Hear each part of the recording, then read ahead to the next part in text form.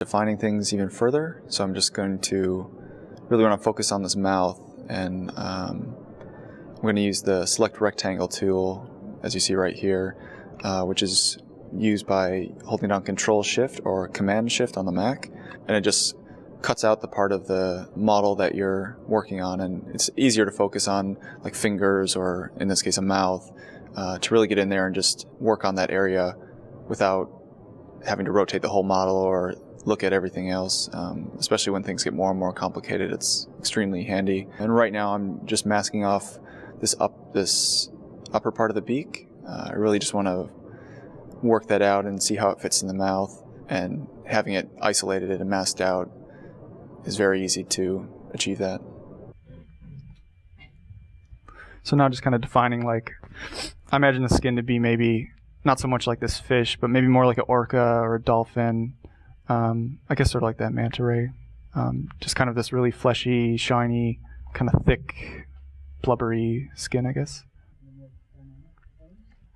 Yeah, absolutely. So I'll show you guys. You kind of sculpted in a sort of a T-pose, and once we're kind of happy with that design, then with all these transpose tools, how you saw me masking something off and moving it, you can basically it's just like acting, just posing it in the coolest pose you can think of, what defines that character. It's just like design and then just have fun. Like, it's really fun. Like, once you get into it, I guess the only thing is getting over the interface, but once you figure out you really only use 4 or 5 of these tabs, I don't know, it's just like you don't even think about it anymore. At first, I remember opening this and just being like, what the hell is all this stuff? Especially if you're just used to Photoshop or Adobe products, which all kind of look the same. But after you understand that you just use basically geometry and subtools and a few other things when you need it, it's very easy, and you can just have fun. And also, the more time you put in the sculpt, the less time you'll have to worry about in Photoshop. Like, if you solve most of the problems here, it just goes so fast in Photoshop, and it looks really cool. Just less to correct, or less to... Though I still will change the design quite a bit in Photoshop if just something comes up and it's like, oh, it'd be much cooler if it looked this way, or I'll find a photo of some fish or something and maybe drop that in, or change the eyes, or just kind of don't be married to the design, I guess. Just if something looks cooler, then it's a lot easier to change certain things in Photoshop, or when you're illustrating, oh, the light looks better if the form was like this. Or another thing is I'm using the Damien Standard tool, which creates this really nice kind of wrinkle. Skin folds, just creates a nice little kind of indentation. So it's really nice, like, you can just rough out something like this, and I want it to be kind of a pointy shell, and I can just create a nice hard edge like that, and it just looks exactly like I want it to. It's just understanding a few basic tools, and the sky's the limit, basically. Like, you can create, you're only limited by your imagination. I have friends that are amazing at hard surface, so it's definitely possible. I'm just not, I haven't put in the hours yet to get good at hard surface in this program, but some of my friends, like Mike Nash, is just amazing hard surface and does most of his rough models in this program, and then again, he's way more technical than I am, so then he'll take it into XSI or something and model each individual piece of the robot, and take months and months and months making it look perfect. Whereas for me, I don't have that patience yet. So spending a couple hours and having a really cool photoreal illustration for me is like, that's about as much as my attention can handle for something like that. Though it would be fun to do that someday. Okay, I'm going to start use this basic material so I can get a feel for what it's going to look like when I light it. So I'll just throw some quick lights on it. Again, this is where the benefits of working in 3D come in. It's like, what type of movie is this? It's a horror movie. You can just light it like a horror movie. You can just see the character coming to life in like an hour. It's pretty amazing. So I can kind of see what's working and what's not working, and I kind of know how I'm going to render and output this. So a lot of my decisions now will be pushing things back or enhancing certain things that I know will stick out more. Like right now, this form's feeling a bit flat, so I'll probably go and finesse that stuff. So right now I'm just defining the eye a bit more. It was feeling a bit too just not defined, especially with the lighting on. You can start to see how everything's gonna look when I render it. So I just wanted to get in there, define that eye a bit more, and add some more wrinkles and things on the skin, because everything overall is just feeling a bit smooth as well. Also, I'm seeing some just kind of big form things that I'm not liking, so it's good to lower your resolution down to the base, and that's a good thing to start. Like, always start with something, like when you use Dynamesh, you can easily start pushing things around and design something and sculpt it, and then the resolution's quite high, and you can't go down because that's like the lowest you've set it at. Like, say if I was here and I applied Dynamesh, would kind of retopologizes the whole thing and equally subdivides the surface, which is really handy. Like, let me see how I can explain that. So say I start sculpting and you see all these polygons starting to warp and bend, and when I apply detail to that, if it's not an equal surface, when I subdivide, it's still going to be warped, and so when I apply detail, it'll just bend. So when you apply Dynamesh, it will subdivide all that, but there will be no lower resolution or no lower subdivision levels, so you're kind of stuck at this very high resolution. It's much harder to make bigger changes so right now it's quite low poly, and I can just push these forms very easily. Getting pretty close to finishing this guy off, and now it's just all real subtle changes, sort of like what we were doing earlier, where the overall feel is right, but it's just getting that character to feel more defined and make it stand out a bit more. So changing the mouth form a bit, everything felt a bit too even, so it's just playing around, and again, it's very easy to just explore and experiment to find a character. I'm not really liking this pointy nose right now. It's, again, feeling a bit too serious, so I'm just going to poof that out a bit and make it more bulbous, feel like an orca or something, just more in line with the world it's going to be living in, and just give it a bit more character. Just making last minute changes. I always get to a point in a sculpt where it's pretty much there, but these last minute changes are always maybe, like, as you see right here, I'm just thinking about maybe if his head is broken up a bit more into some kind of more segments, and I kind of not really liking that. Just pulling the head back a bit more, and it can feel a bit redundant, but these little last minute tweaks are what really turn it into something interesting and special. Okay, that's getting pretty close to the point that we can just start outputting it and get into Photoshop. Might just do a few little things and put some alphas on there, maybe some noise to get some. That's another thing to consider, like when you start lighting, you see like it's quite smooth, and this just looks very digital, and it's just trying to take away a lot of that smoothness. So like just using one of the alphas in there on an inflate, and then just this kind of rake brush that creates kind of like this. It's good for, let me see if I can get a better material to show you guys. So it's just quite good for like in between joints, like a lot of skin that you see near areas that bend a lot on animals. Just it has a lot of just a bit more worn or a lot of wrinkles and things. So right now I'm just going in with alphas to define similar or subtle skin textures and wrinkles on this guy.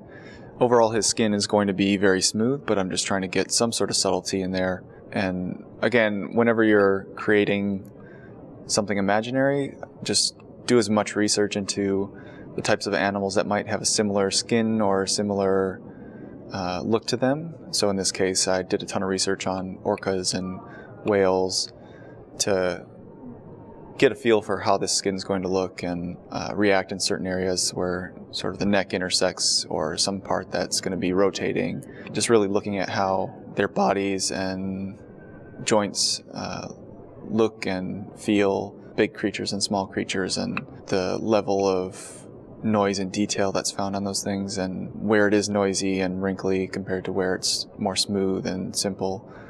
And all these things are very important to keep in mind while you're creating imaginary creatures. So maybe there's some little stubble where some little hairs or things could be coming out near his mouth. though he is quite aquatic, so I'm probably going to smooth a lot of this back.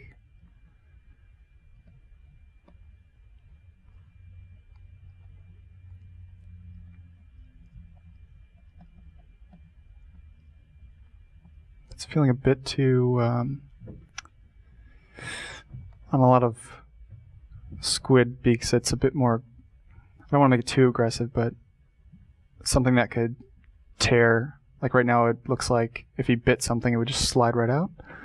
So I'm probably gonna create a little hook on the edge right here. So it feels like if he bit something that could grab on or tear something, but he's friendly, so a friendly tear or something. I don't know. So right now I'm just refining this beak a bit more, just not really happy with it. I think mainly everything was just too soft and rounded, so I'm just thinking about and looking at reference of what a squid beak really looks like, or the function of a squid beak.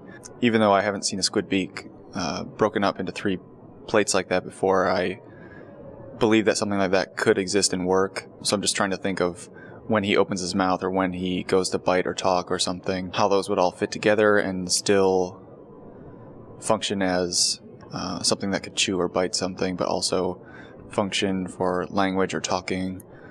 Just thinking about all those things and making sure it still looks interesting and logical and believable on the character we're creating.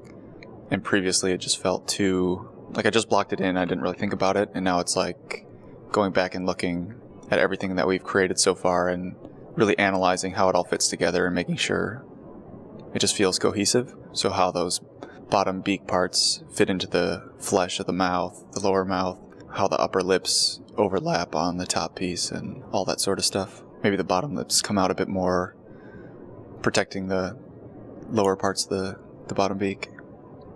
At this point, again, it's just all about subtlety. We blocked out all those main forms, and it may seem a bit insignificant at some points, but these are all the really important final touches.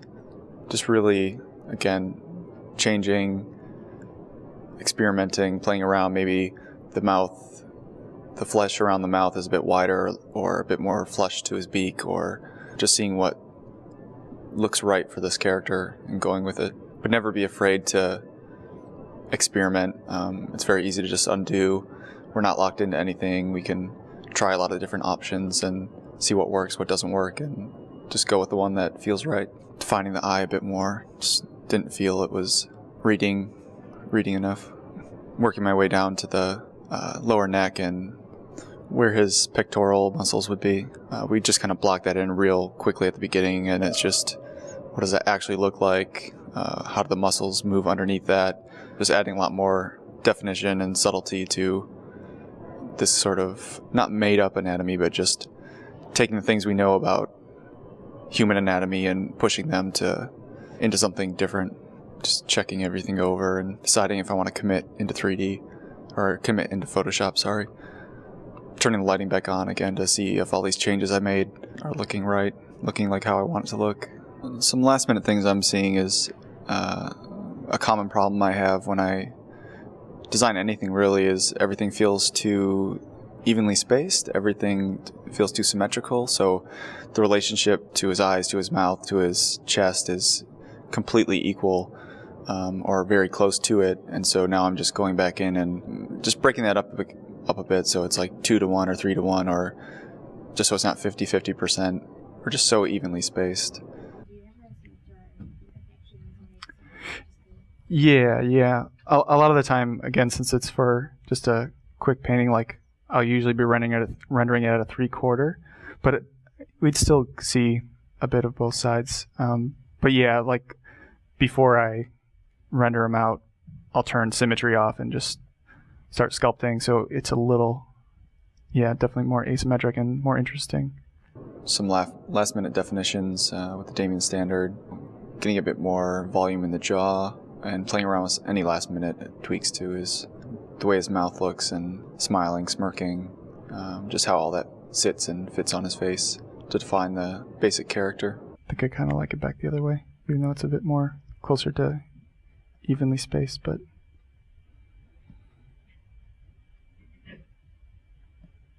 thinking maybe he has some sort of ridges or something down his back, but maybe we'll see how that looks real quick. Let's see the best way to do that. Maybe just this real quick. See how it looks. Just some sort of raised ridge or something. So right now we're just experimenting with this back ridge. I'm still not sure if I want to do this or commit to this, but we're just going to play around and see what happens. It's really good to stay in an open mind and let things naturally happen if it fits. Don't go in with a rigid mindset and limit yourself to things that it could be. So I'm thinking that looks starting to look interesting. The overall head was a bit too smooth, like someone bald, even though that does kind of fit with some of our reference. But right now I'm just going in and masking off the ridges a bit more so we can, like we did with the mouth, just have more control and define it a bit more so it feels like it's coming out of the head in a more distinct form. Just using the snake hook again to pop these forms out a bit more.